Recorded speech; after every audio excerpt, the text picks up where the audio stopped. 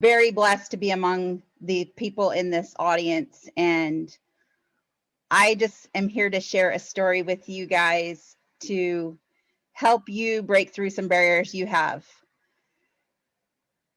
So I want you to think about any goals or dreams you've had, and I want to tell you a story of my goals and a dream that I had when I was a freshman in high school back in 1991, which was a long time ago, but not really.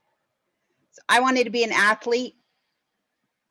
I went out for the sport of basketball, and I got cut from the team, and I felt much rejection. And I was very disappointed in myself and my efforts. Even though I'd given it all I had, I didn't make the cut.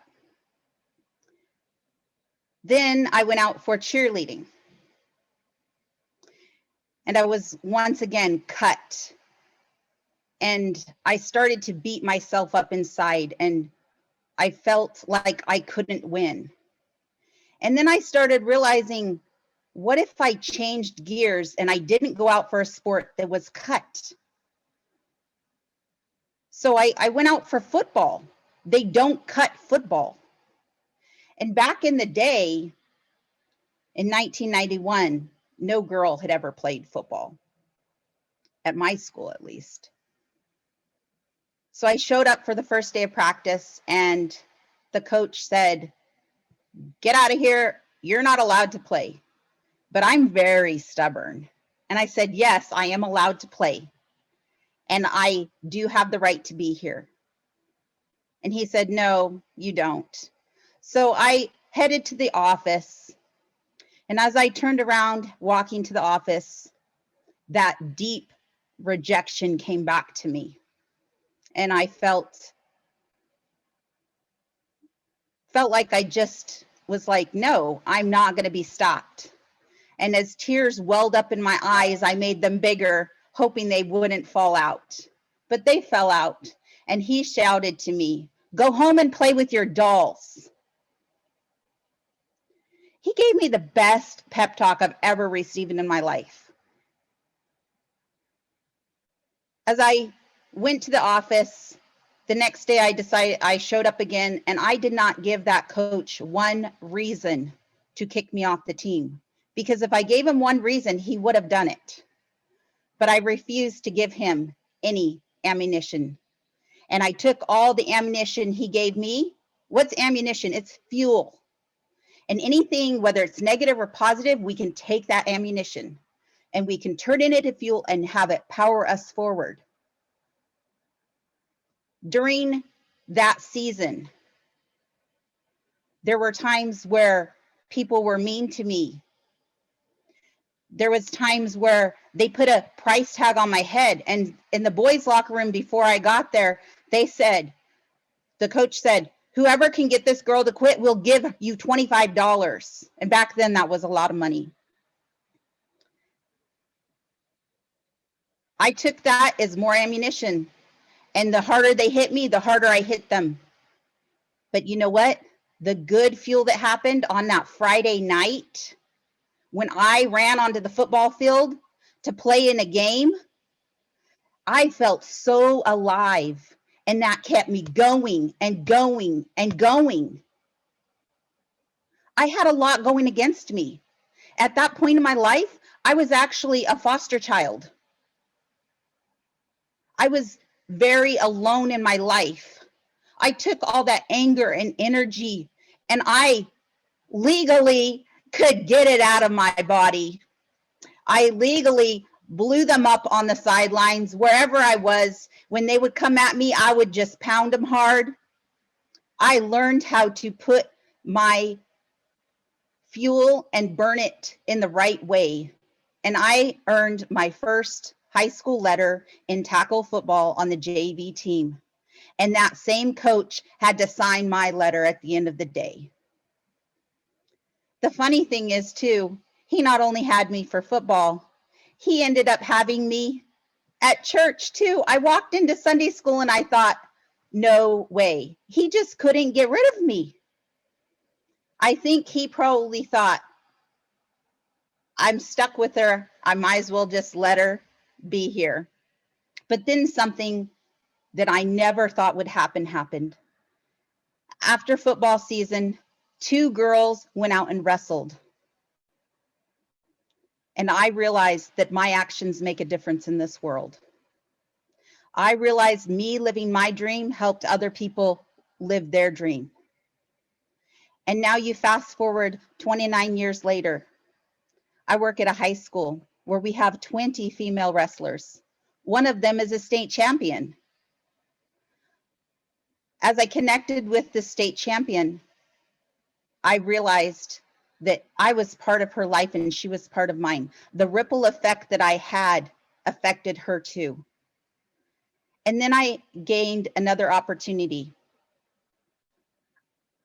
I decided that I was going to go out for being a football coach. That was another dream I had. And I didn't know how it would happen, but I went and I started seeing things happen in my life. I was introduced to different people and I was asked to be a track coach. And then I had that feeling of being wanted, and it was completely different than that feeling of rejection. And I noticed the difference and I let it feed me. And during the track season, I excelled in helping jumpers. When I went to districts, there's 16 spots. My long jumper boys held 8 of those spots. The football coach was like, wow, you're pretty amazing. You've done the best that anybody at the school has done. He started seeing in me that I had something in me. I became uncomfortable at times, but I started to learn that the more uncomfortable I felt, that was helping me grow. That was helping me get to where I needed to go. So I'm asking you, in your life, when you feel uncomfortable, know that you're growing. Know that you're getting there. Do it the other way that no one else is doing.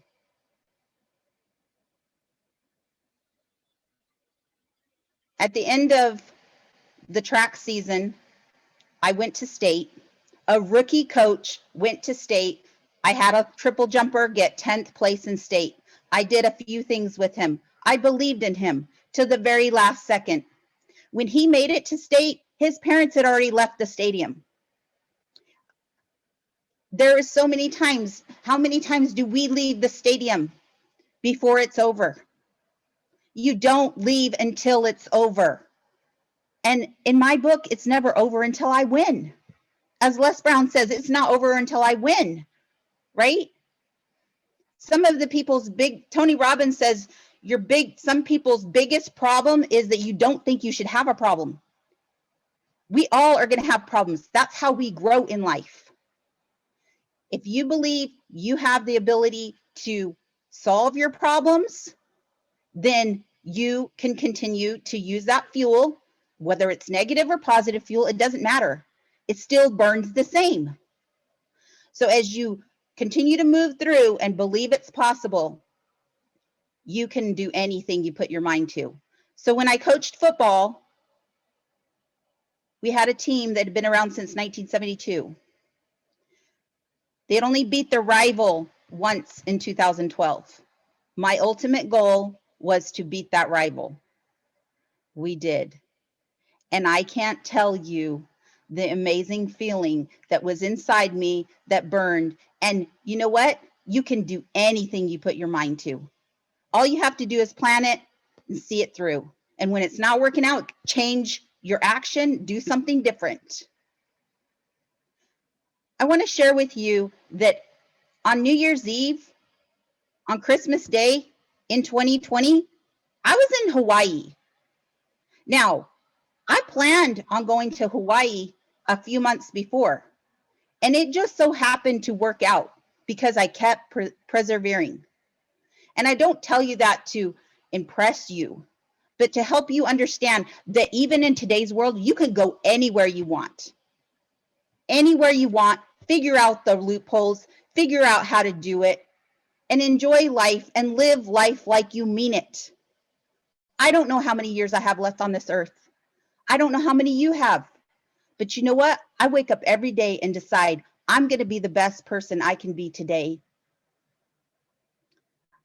I've been married for 20 years. And yesterday I asked my husband, how can I become a better wife? I continue to ask those questions in every aspect of my life. You know what he told me? He said, give me more back rubs.